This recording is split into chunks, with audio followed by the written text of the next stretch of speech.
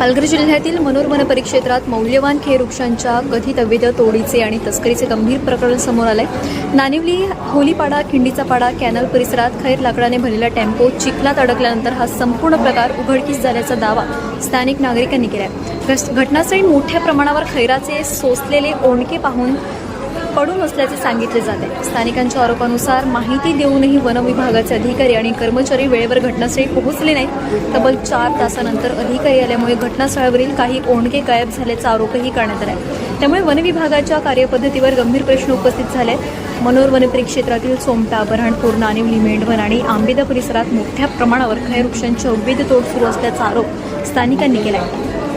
वनपरिक्षेत्र अधिकारी वैभव सातपुते यांना वारंवार माहिती आणि लोकेशन देऊनही तातडीची कारवाई झाली नसल्याचा दावा नागरिकांनी केला. 20 तारखेच्या पहाटे नानिवली परिसरातून खैर लाकडाने भरलेला टेम्पो पसार झाल्याचा आरोपही करण्यात आला.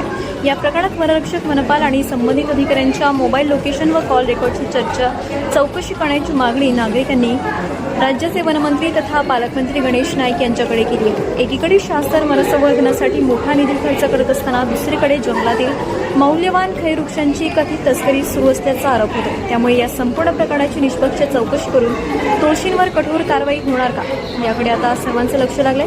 त्यामुळे वनरक्षक, वनपाल, कर्मचारी, शासनाचा लढ पगार घेणारे वरिष्ठ अधिकारी वृक्षतोडीकडे गंभीरपणे लक्ष कधी देणार.